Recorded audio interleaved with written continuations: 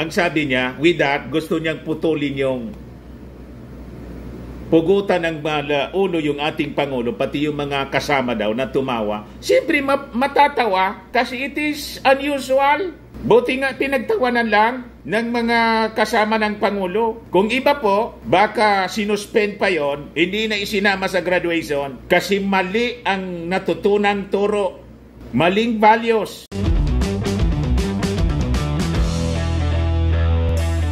Ito naman po yung bago naming product na binibenta online. iGlow Serum, whitening po siya. Tingnan ninyo yung epekto sa aking anak na architect before and now. Yung mga inquiries po ninyo, dumiretso na lang kayo sa kanyang Facebook account, Riz Maravillas. Dahil mga kababayan sa papresko ni Inday kahapon, lalong na-trigger yung mga congressmen. Ang amon ngayon mga kababayan ng ating mga congressmen, pumunta ka niya sa hearing, mag-attend ka ng hearing. Sabi ni Inday mga kababayan kahapon, anda siyang samahan po sa kulungan yung kanyang mga tauhan. Ayan, sabi ni Inday, sasamahan kita, BP Sara, willing to join subpenad OBP executives in house detention. Malabo po Inday na maniwala yung mga mamamayang Pilipino na anda mong samahan. Kasi kung totoo pong anda mong samahan, di pumunta ka sana doon sa kasama ka. O, di ba?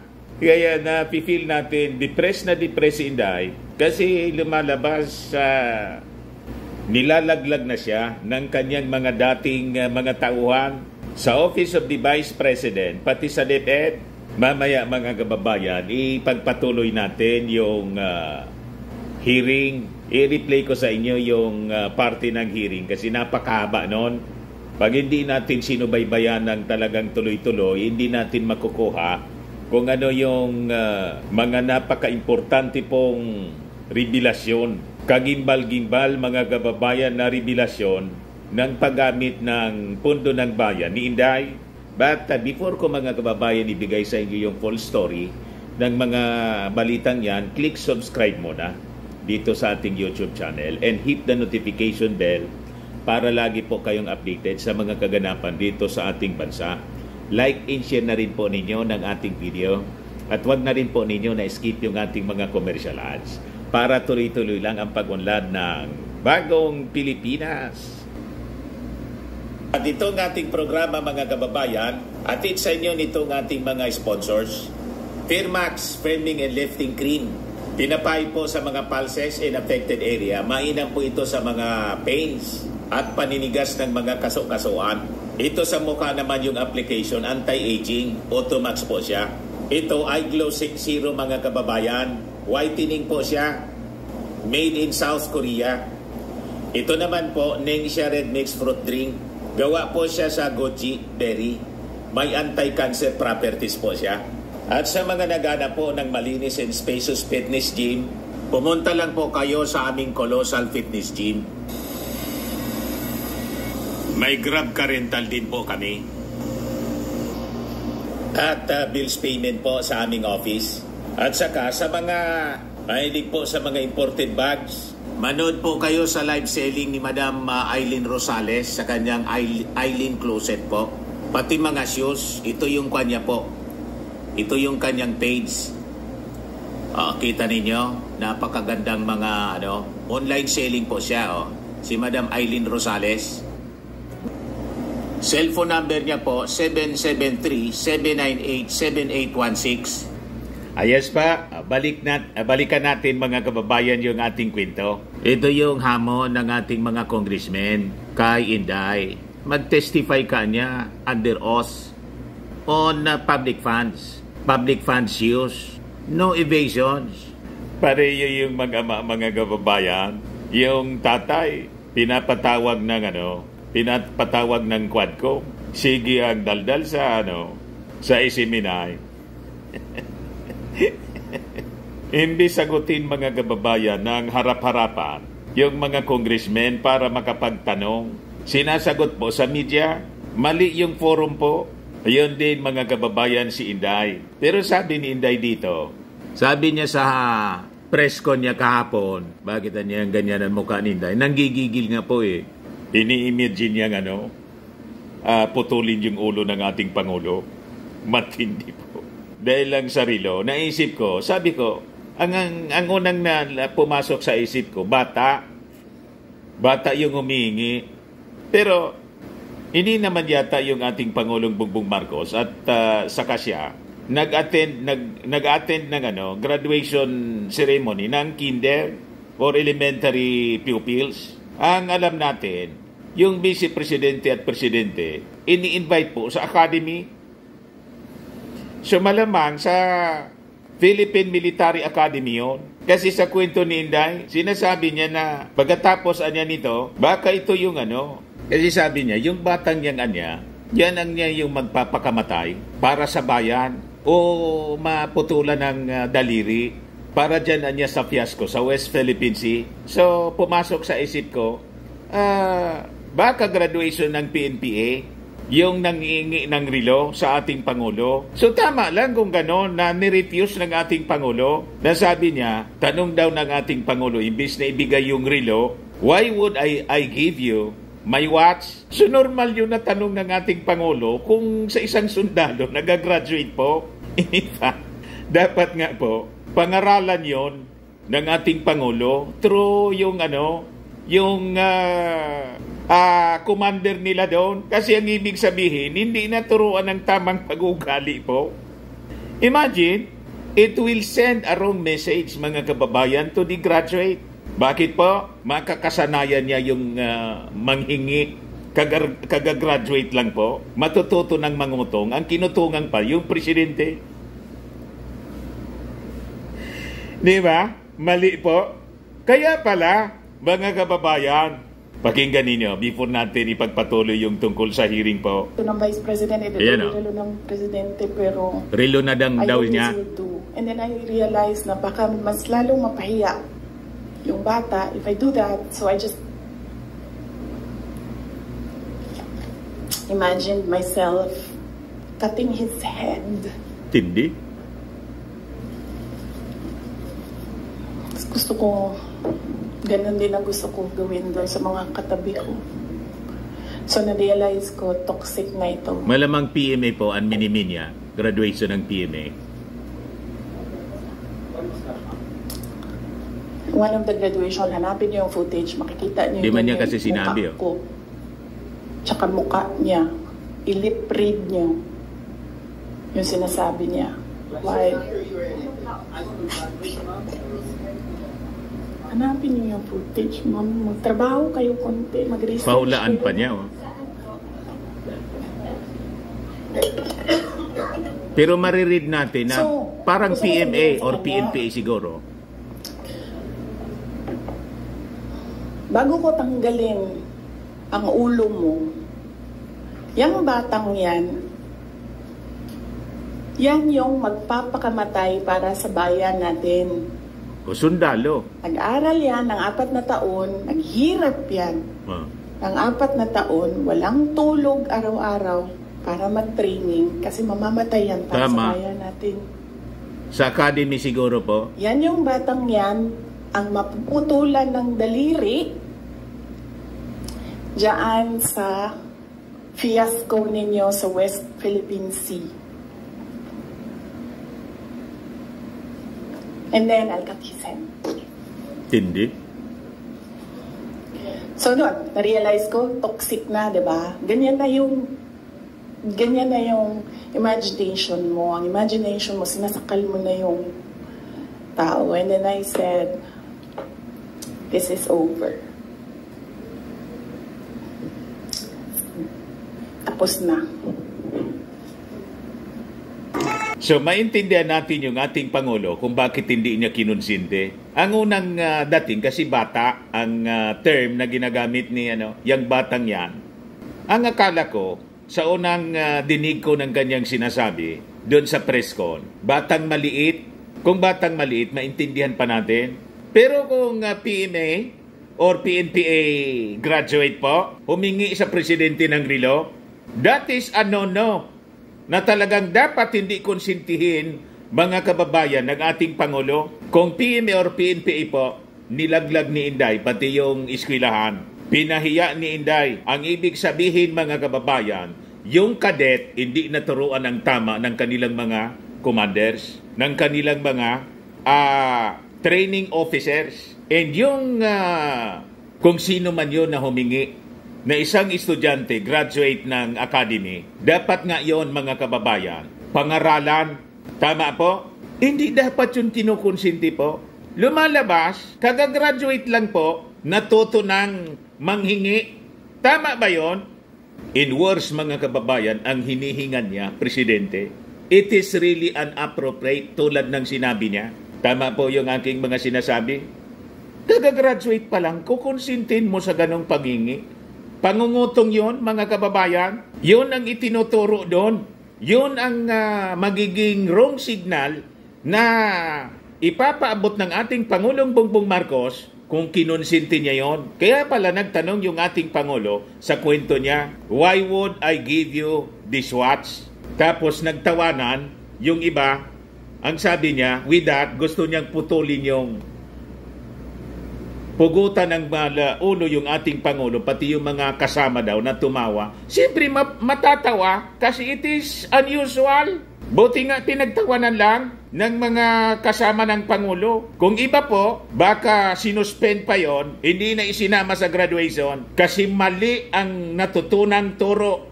Maling values. Ito po. It's their happiest ulitin day. Natin. So, nagsama kami.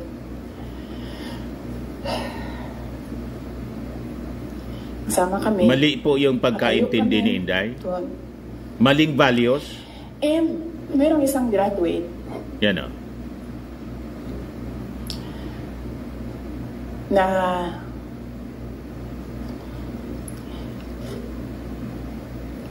alam nyo, para sa akin, there was some sort of inappropriateness kita mo na? ginawa ng bata.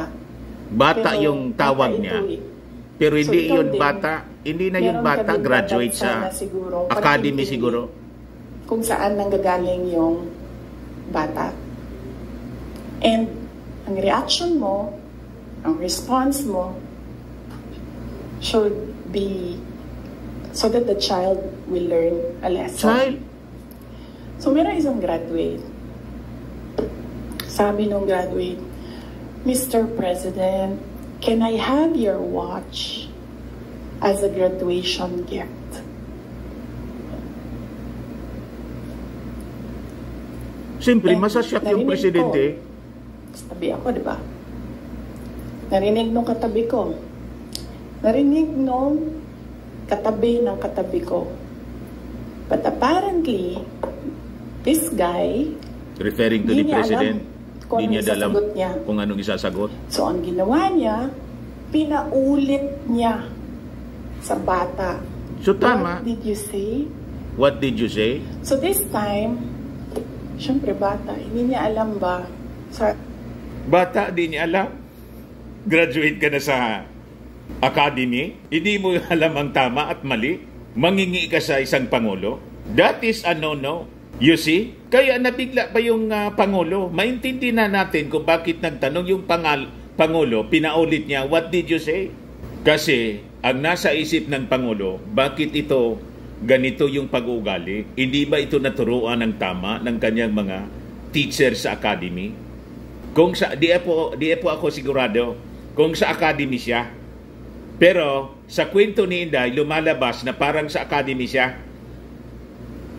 And with this revelation ni Inday doon sa hintay-hintayin natin yung mga susunod na araw, baka may mag-react po kung saan eskwelahan ito nangyari.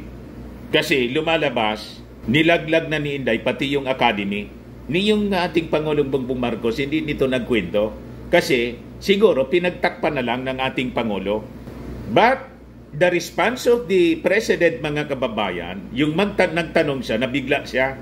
What did you say? Pinaulit. Siya yung commander-in-chief. Pagkatapos, may isang graduate, mga kababayan, na manghihingi sa kanya, which is very, very wrong. Na kay Inday po, tama, kasi bata daw. May ganun po. Malinaw na mali yung values, mga kababayan, na natutunan po ni Inday. Malamang, kasi po, ito na nga po, iniimbestigahan siya sa Congress, mga kababayan. So siguro, kung napanood ito ng mga taga-academy, kung saang eskwelahan yung sinasabi po ni Inday, na sa tingin namin, parang sa academy, mag-react po kayo. At siguro kung sino yung nanghingi sa Pangulo, pagsabihan po ninyo. Kasi hindi po tama na konsintihin ninyo ang ganong uri ng pag-uugali. Pinahiya po yung inyong eskwelahan.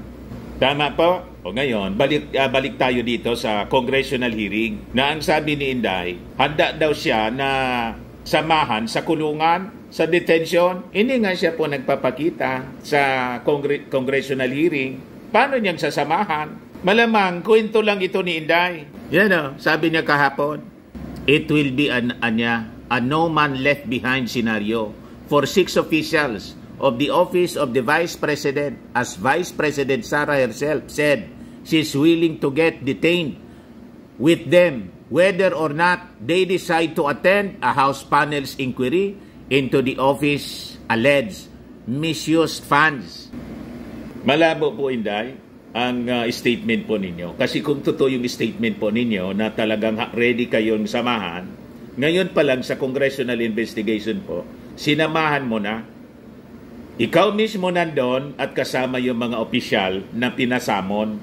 The fact na hindi ka pumupunta, yung challenge nga sa'yo, mag-take oath ka, pumunta ka mismo. Kasi nalalagay na sa alanganin, nagugas kamay na, tuloy. Yung mga officials mo, nilaglag ka na. Yan sabi ni POA, it would probably be the secretary or the ones responsible for the confidential funds. Sabi diyan, POA points to BP Sara Duterte as sole authority over DepEd's confidential funds. O di ba nagugas kamay na yung mga opisyal mo? Yung sabi po ni Congressman Valeriano, yung mundo niya ni Inday is getting smaller. Do not be deceived niya by her mad ranting, sabi po ni Valeriano. After na magpa-press con si Inday, hindi po nagpasindak yung ating mga congressmen. Her world niya is getting smaller now because the truth about her graft in corruption is being laid out in the open for all the people to witness and is being meticulously documented. Sabi po ni Valeriano. Sabi naman po ni Congressman House Assistant Majority Leader Paulo Ortega, we are still waiting for the Vice President to explain the need for 34 safe houses in less than 2 weeks. The public has a right to know why 16 million of their money was spent so dubiously. Kung walaan niya siyang tinatago, she should testify under oath. This is public money and the Filipino people deserve transparency and accountability. No more evasions, no more squid tactics, sabi po ni Ortega. Sabi dito, lawmakers also question the 15.5 million budget of DepEd which it supposedly is spent on the Philippine Army's Youth Leadership Summit in 2023 when Duterte was still the agency chief. The Army then stated that DepEd had no direct contribution in staging the program. Dininay po, nagkalaglagan po doon, mga kababayan. Dininay ng Army. Kami niya yung charge sa pundo namin, saka sa LGU. Wala man niya kaming na-receive galing sa DepEd. Ganon, mga kababayan. Pakinggan natin yung continuation ng hearing. Ayan yung yusik niya, si Mimpin. Mga kababayan, kuha natin. I-play natin, mga kababayan. Dali lang.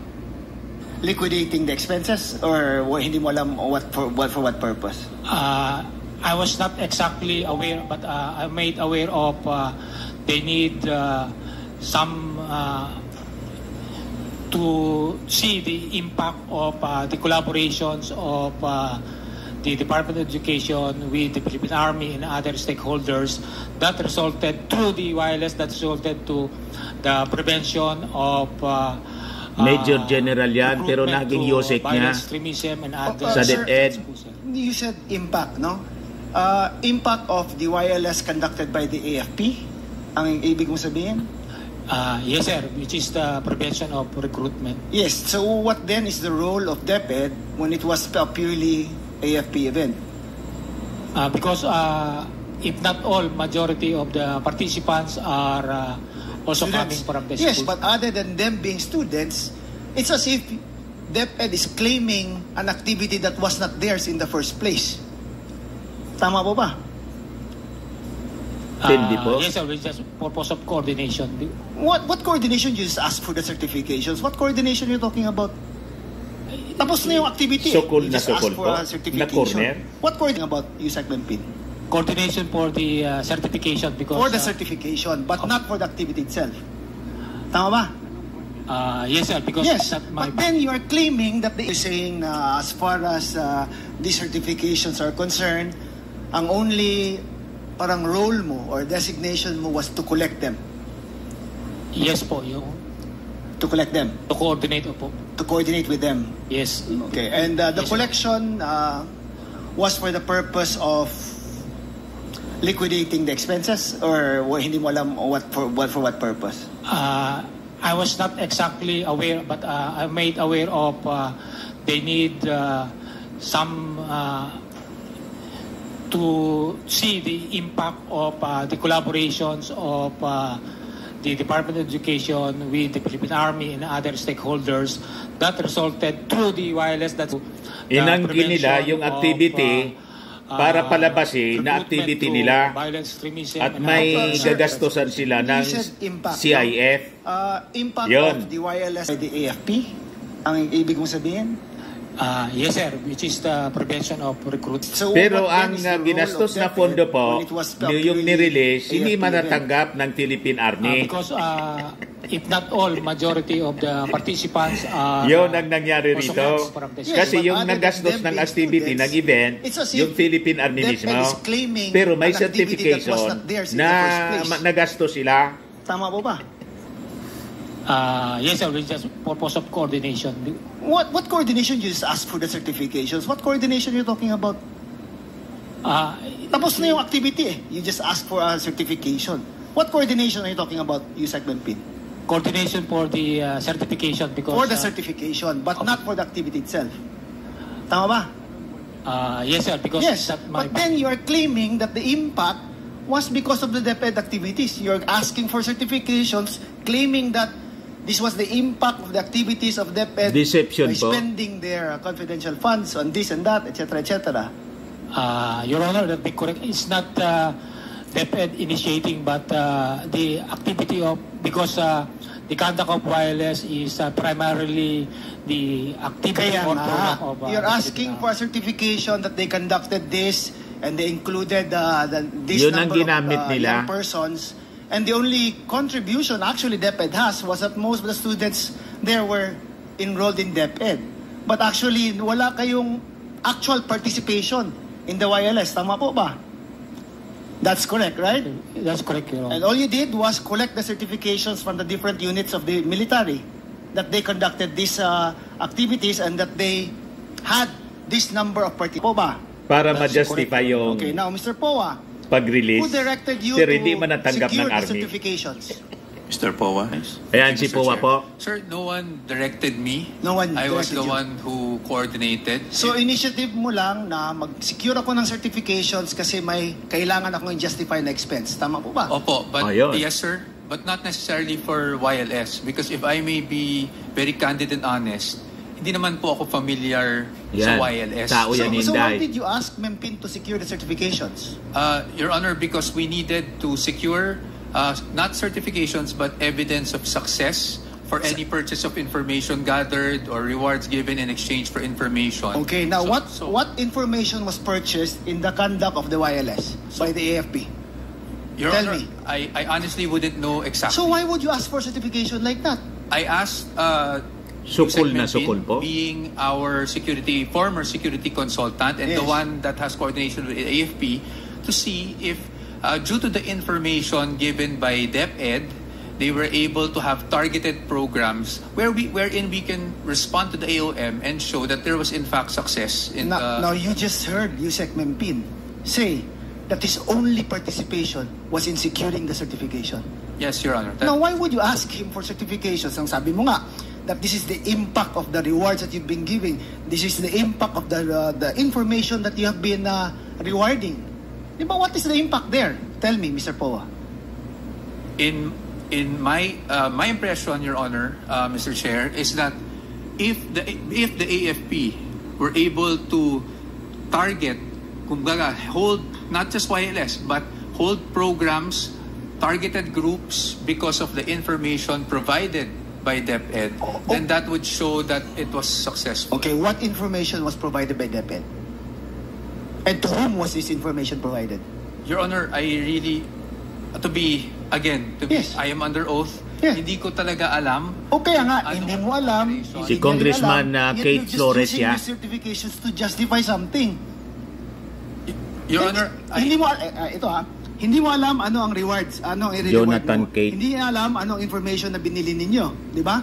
Yet you ask Yusek Mempin to secure certifications. Si Mempin naman secured certifications from activities conducted by the Philippine Army using their own funds. So saan yan ang ano? Tell me, explain to me, Mr. Poa, where is the connection of the justification for this expense with the certifications issued by them and in relation to supposedly the rewards for the information that you gathered by using confidential funds? Yes, Your Honor. Mr. Chair, under my theory, Your Honor, if we were able, because may mga anti-insurgency, yun yung nakita ko sa accomplishment report, no? Anti-insurgency campaigns. Di po ba? So, anti-extremist campaigns. So, that's why I approached Yusek Mempin and said, meron ba tayong makukuhaan ng any report or any certification, kasi yun ang nasa JMC, showing that because of the information that DepEd was probably able to give the AFP, na target nila kung sino yung mga susceptible to insurgency and were able to at least prevent them from being recruited. And in this case, ang nabigay po nila would be seminars. And that is why yun po ang sinubmit ko sa sa response namin sa AOM. Okay, now parang for me, forgive me po, ang labo kasi na you saying na ito yung information that we gathered using this reward money supposedly, and that in effect the AFP conducted these seminars. Tama po ba? Yes, Your Honor. But from the testimonies that you've heard, walang connection whatsoever ang activities nila sa yung activities na sinasabi mo. Yes, Mr. Chair. Yes, Your Honor. Although at that time, hindi ko naman po alam na ganun yung sinasabi nila, no? Yet you're using the certifications to justify an expense of your office? Parang mali po ata yan, di ba? Holy po. You just testified now na hindi mo nga alam anong connection nito whatsoever, yet these certifications issued by them to justify an expense. Duplication para ma-justify yung expense, CIF, na hindi man ibinigay. Respectfully, Your Honor, ang confidential funds, hindi naman talaga sa pagkakaalam ko, no? Theoretically, hindi naman pwede ibigay ng isang ahensya sa kabilang ahensya yan. That is something that you can only use as per the JMC for purchase of information so that you can have... Can I stop you there for sorry, Mr. Poa? Pero yun na, paulit-ulit tayo na it all boils down to the fact that you are using a certification of an activity of a different agency who never spent any single peso coming from your office to justify your expense. Tama po ba? Mr. Chair, again, respectfully, the justification is not that they spent the money of DepEd. The justification that you attached it to justify your expenses nga, di ba? Yes, so tell me where's the connection there? Mr. Chair, please continue. Respectfully, the connection, Your Honor, is if they were able to hold yung seminars nga, which in the beginning hindi ko man lang alam na seminars yung ibibigay na certification po, just to be clear. If they were able to hold the seminars in certain locations because of information given by DepEd to them that these locations have vulnerable learners, that wherein seminars have to be held, for example, yun po yung justification namin na nasubmit sa COA on the success of the expenditure. But not success meaning binayaran po namin ang AFP. That was never the impression, Your Honor. So ang sinasabi mo is that AFP conducted these seminars because you gave them the information that this sector is vulnerable. Not me per se, but that is the theory, Your Honor. Yes, Okay. Your Honor. AFP. Colonel Boransing, sir. Colonel Boransing, you are recognized. Yes, thank you, Mr. Chair.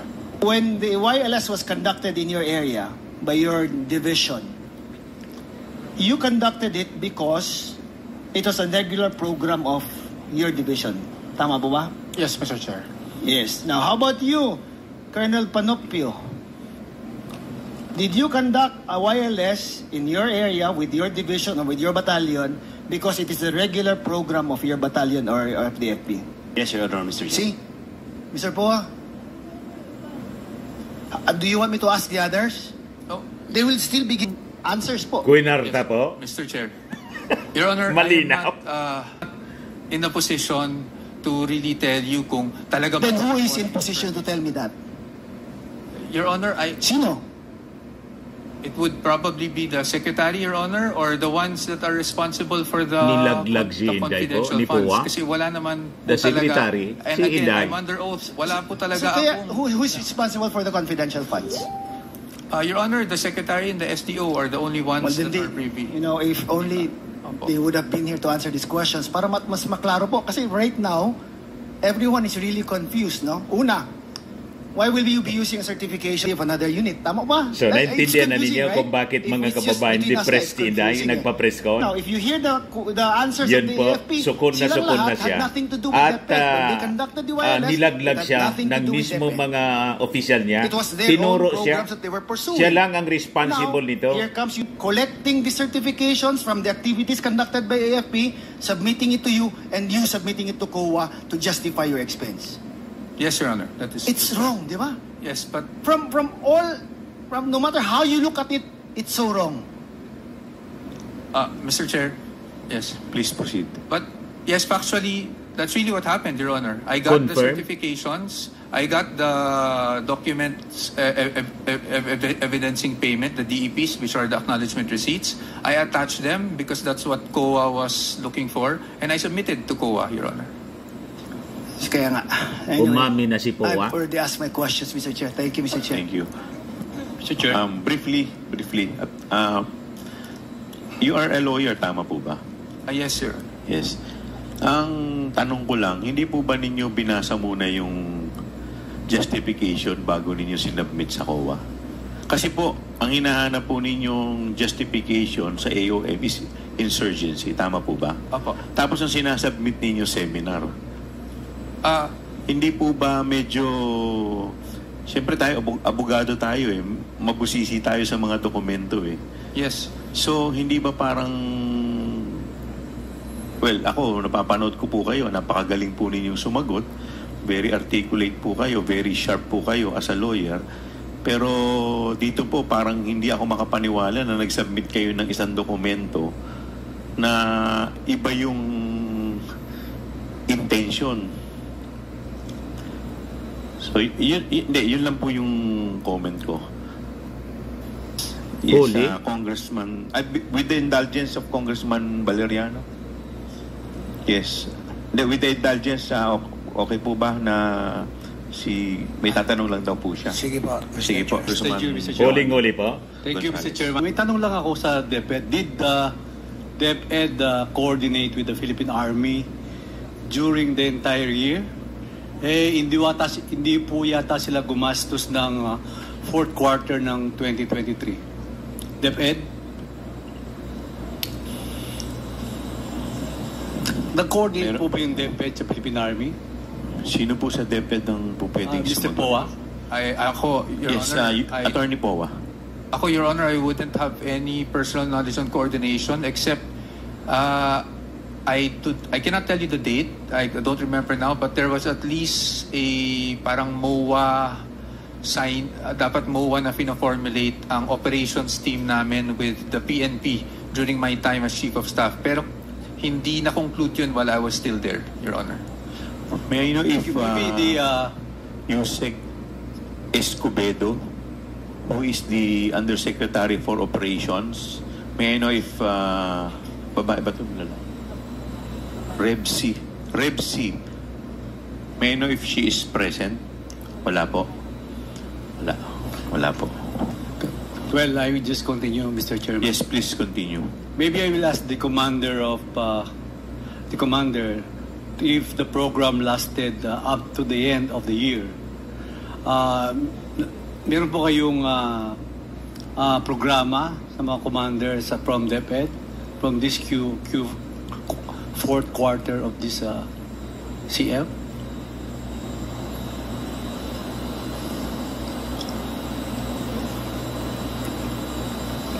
Sino pong sasagot? Sino sasagot? Sa commander po ng Philippine Army or Colonel Panopio? Sige po. Or Colonel Panopio? May again ask a question, Your Honor.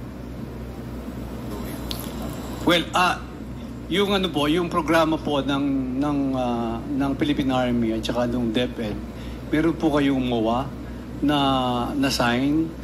Ang alam ko po si Mr. Atty. Poa signed the response to the AOM po. Totoo po ito, Mr. Poa? Yes po, na ako po yung nag-sign ng response to the AOM po. That's why kailangan po ang sagot regarding these certifications, Mr. Poa. Apo, yung certifications naman po, sir, if yes, Mr. please proceed.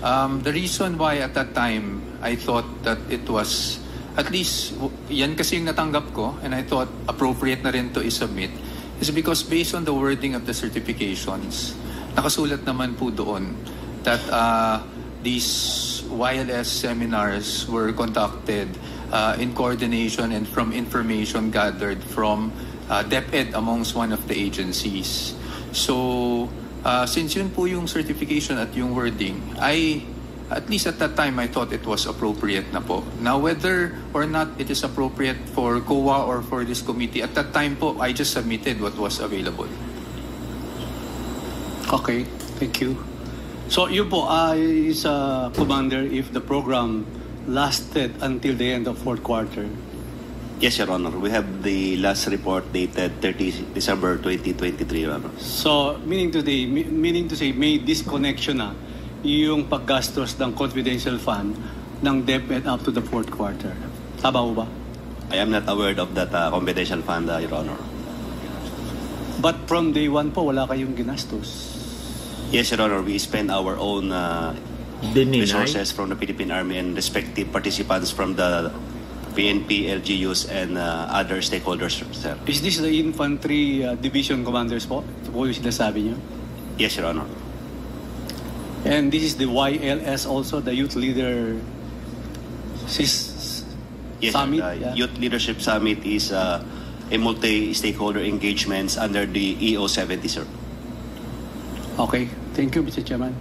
Ang tanong po kanina ni Senior Deputy Speaker, kung meron daw po bang MOA o Memorandum of Agreement between DepEd and the Philippine Army with respect to this program. Yun po yung tinatanong kanina ni Senior Deputy Speaker. MOA. None that I'm aware of. Wala po may kayo. MOA. Okay. Wala po akong... So kayo po, aware, meron po ba kayong ano? None that we are aware, Your Honor. So, okay. Mr. Chair. Yes, Just want to clarify. Congressman Abante. Yusek Mempin, Yes, how were you appointed as Undersecretary when you are in the armed forces? I was already retired by January. Yes, you're retired already, but why were you appointed? I was Being in the armed forces, why were you appointed? Are you an expert in education when you were in the armed forces? no, sir. Oh, why were you appointed? I was recruited by the former secretary and vice president, and I'm not aware of the reason why I was recruited, except maybe for the trust and confidence, Your Honor, Mr. Chair. Okay. Would you think that because the Secretary has a confidential fund that it should be used with the agreement of the members of the armed forces? Pinag-uusapan kanina yung MOA, Hindi ba dapat yung MOA yan ng agency, for example? Dapat kung mag-MOA ang Department of Education, dapat ang MOA niyan would be between the DepEd and DND. Am I right? That's correct, Your Honor, Mr. Meron ba?